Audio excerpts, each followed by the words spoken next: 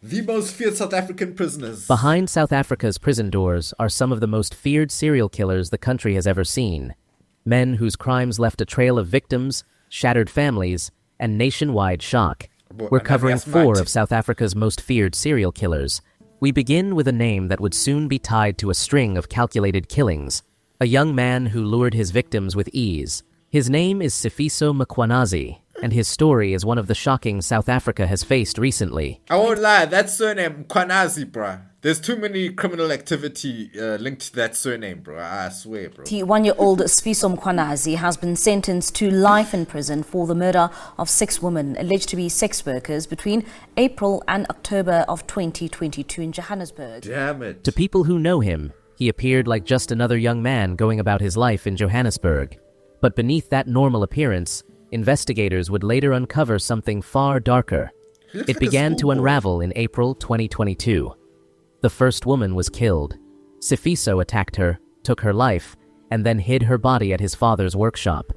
He hid her among the vehicles and equipment. No one noticed. Crazy. He had gotten away with it. And so he continued. Over the following months, between April and October 2022, Sifiso Mkhwanazi repeated this pattern 6 times. He would approach sex workers operating in the Johannesburg Central District, make arrangements with them, and bring them to the workshop. Once there, he assaulted them and later took their lives. Jeez. After each murder, he concealed the body within the workshop yard, hiding his victims in different locations across the property. This brew's a monster, and also the smell of the bodies. At some point, people are gonna smell something's wrong here. 6 women, 6 lives, 6 families, all gone within the space of 6 months. The victims were women who went to work that day to earn money for their families. Some of them were breadwinners. Some had children waiting at home. They were vulnerable women working in a dangerous profession, and Sifiso Mkhwanazi deliberately and methodically targeted them. Police were called to a property in Johannesburg after suspicious activity raised concern. What they found there would quickly turn a routine investigation into a major crime scene. On that property, officers discovered the body of a young woman, but it didn't stop there. As they searched further, more remains were found. For investigators, this was no longer just a murder case. It had all the signs of a serial killer. As pressure mounted, Sifiso Mkhwanazi was arrested immediately and charged. Then came the court proceedings. During the trial, Sifiso Mkhwanazi did not deny committing the murders. Instead, he offered his motive, and that was revenge. He told the court that he had been falsely accused of rape by a sex worker, that he had lost 10 months of his life in prison for something he said he did not do, and that the killings were his response to that injustice. Nah, bro, that doesn't make sense, bro. That does not make any sense at all, brother. You know, if you're an innocent man, like, how are you gonna go back and do more crime to prove your innocence? Like, what? The prosecution built a comprehensive case against him, and the evidence was overwhelming. He was ultimately found guilty on more than 20 counts, including 6 counts of murder, 6 counts of rape, 6 counts of defeating the ends of justice. On the 18th of September 2024, Judge Kasim Musa, sitting at the Palm Ridge Magistrate Court, delivered the sentence. It was devastating in its severity, and rightly so. It was devastating what he did, bro. Sifiso Mkhwanazi was sentenced to 6 life terms plus 170 years imprisonment. As he should. The judge declared him a dangerous criminal, stating clearly that the community needed to be protected from him. He was ordered to serve a minimum of 30 years before he could even appear before a court again. Number 2, Bulelani Mabhayi. Bulelani Mabhayi was born in South Africa in 1974. Bulelani is another scallum name, boy. He grew up in the rural village of Tholeni, near Butterworth in the Eastern Cape.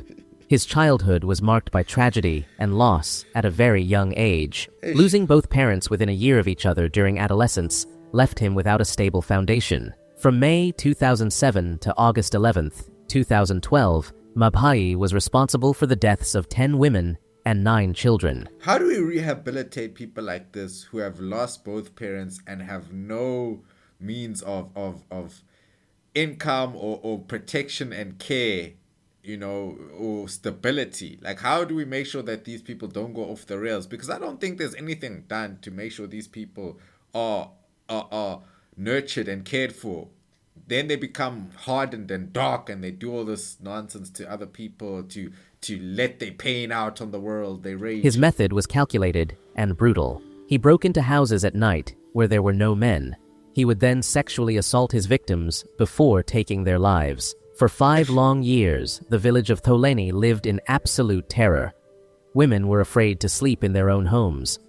The village earned a devastating nickname, the Village of Death, and no one knew who was truly responsible. I won't lie, it's tough to be a woman in South Africa, especially if you're a single woman who lives alone and who operates her life alone, bro. Your life is always at risk, and it's disgusting, man. For years, police struggled to identify the killer. On May 17, 2010, police conducted a targeted blitz, collecting fingerprint impressions and saliva samples from local males to connect multiple crime scenes to a single suspect. Mzansi don't know anything about blitz, bro. Mzansi police, blitz. Those two words don't go together, brother. Mabhayi's fingerprints could not be taken because he had no identification with him. After 5 years of dodging the police, the turning point came in August 2012, when a shoe print, described as abnormally large and uncommon in the village, was discovered at a fresh crime scene. This print matched footwear belonging to Bulelani Mabhayi, prompting intensified scrutiny and culminating in his arrest on August 12, 2012, shortly after the incident. Those big feet, my brother, they got you. Police pounced on him while he took a nap at a house in Tholeni, near Butterworth, Eastern Cape. The man who had terrorized an entire village for 5 years was caught not through a dramatic confrontation, but while he lay sleeping. The saliva sample taken back in 2010 was cross-referenced and confirmed his identity as the perpetrator. The Monster of Tholeni had finally been unmasked. On September 3, 2013, the Mathatha High Court confirmed Bulelani Mabhayi's guilty verdict on all 36 counts. Acting Judge Noluthando Konjwa sentenced Mabhayi to 25 concurrent life imprisonment terms for the 20 murders and 6 rapes, along with an additional 625 years imprisonment for 10 counts of housebreaking with intent to murder and sexual assault. In total, Bulelani Mabhayi was sentenced to 25 life terms plus 625 years in prison. He will never walk free again. I hope he lives 600 years, somehow. I hope he lives 600 years, so he can just stay in prison for 600 years. 600, dog!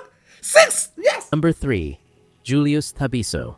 Julius Thabiso Mkhwanazi was born in Mpumalanga, South Africa, a province known for its stunning natural landscapes and the famous Kruger National Park.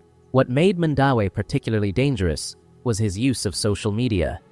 He was active on Facebook to lure young women into his web. The killings happened between January 2018 and May 2019. Mkhwanazi was in his mid-20s when the first murder was committed. His method followed a clear pattern. He would make contact with young women, arrange to meet them, bring them to his home, and then murder them. It's crazy how all of these guys are linked to women, to harming and to unaliving multiple women, bro. It just shows you Mzansi dog, he was dangerous. Over about 16 months, Protect 5 young women women, lost man. their lives at his hands.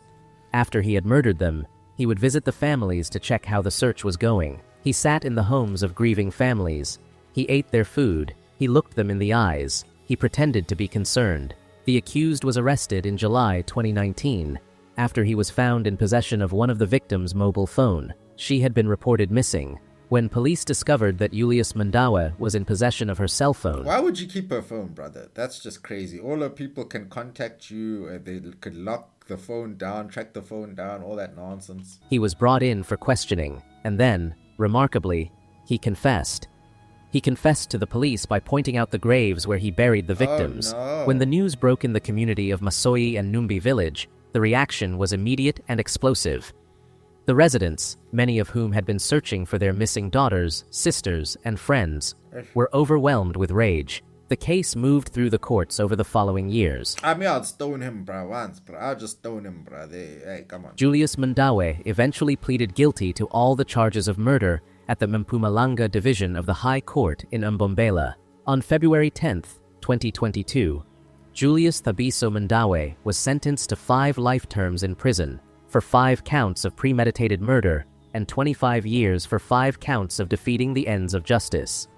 The accused was sentenced to life imprisonment on each count of murder and 5 years imprisonment for each count of defeating the ends of justice.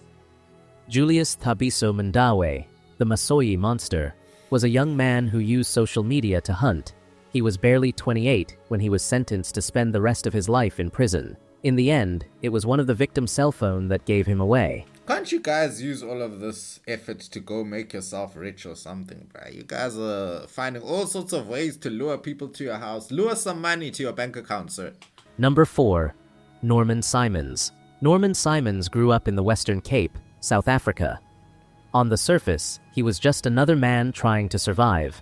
But beneath that quiet exterior was someone who, over time, would become linked to one of the most disturbing murder patterns in the country. That guy looked like a wholesome gent, bruv. He looked friendly, damn. Between 1994 and 1995, a series of murders began to unfold in Cape Town, especially around areas like Salt River. The victims were all young boys, last seen near train stations where they were lured away, and their bodies were later found near railway tracks or in isolated areas.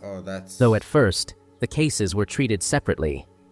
But it didn't take long before investigators noticed something chilling. The same type of victim, the same locations, the same method. As more bodies were discovered, panic began to grow. Parents became afraid to let their children walk alone. Communities near train stations were on edge. The idea that someone was targeting young ones in public spaces, in broad daylight, made the case even more terrifying. And as the number of victims rose, the name stuck. The Station Strangler. Police formed a special task team to track down the killer. They began mapping victim movements, locations of disappearances, and witness sightings. Eventually, all signs began pointing toward one man, Norman Simons. The trial was one of the most watched criminal proceedings in South African history. Norman Afzal Simons was found guilty of kidnapping and murder of Elroy Van Rooyen and was sentenced to 25 years for murder and 10 years for kidnapping. He was convicted of just one murder out of 22. The families of the other 21 boys walked out of court without justice. In 2010, police opened the cold case and reinvestigated DNA samples taken from the crime scenes. None of the DNA found matched Simons. This was a stunning revelation. If Simons was the Station Strangler, his DNA should have been found at some of the crime scenes. There must have been a mistake. It was not. The question that had quietly lingered for years suddenly became impossible to ignore. Was Norman Afzal Simons really the Station Strangler? Or had an entire community's grief been directed at the wrong man? After serving 28 years in prison, the question of Norman Simons' release became a matter of intense public debate. He became eligible for parole in July 2023 and was released on parole and under 24-hour monitoring in November 2023. The reaction in the community was one of fear and fury. Residents of Parow and Mitchell's Plain were horrified. The story of Norman Afzal Simons is one of the most complex and deeply disturbing in South African criminal history. My thing is, like, even if he was just found guilty of one, bro, he should have had a life sentence. I mean, just to kidnap and to end the life of one minor is crazy, you know. So I don't think there should be any consideration of being free after you take the life of someone at all. You should be locked up for life for the rest of your life, bro. It's crazy. Not just because of the scale of the crimes, but because of the profound uncertainty that surrounds them. Either he was one of the most calculated and chilling predators South Africa has ever produced, or he was convicted of a murder he did not commit, while the real killer walked free. Who do you think was the worst serial killer? Like the video.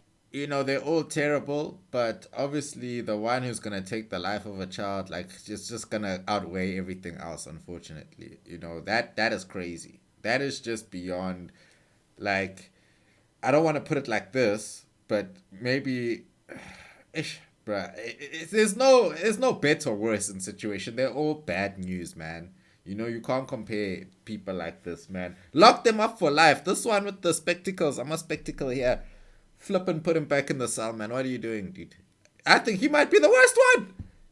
Honestly. And he might be free. But now, again, we didn't see the DNA. We didn't see... he was only convicted for one. So, hey, boy. I don't know. But, hey! Damn it! Like, comment, subscribe, support Dways on Blaze. We'll send a quick shout out. Let's just subscribe as well to Corner... Is that a cross-border crime?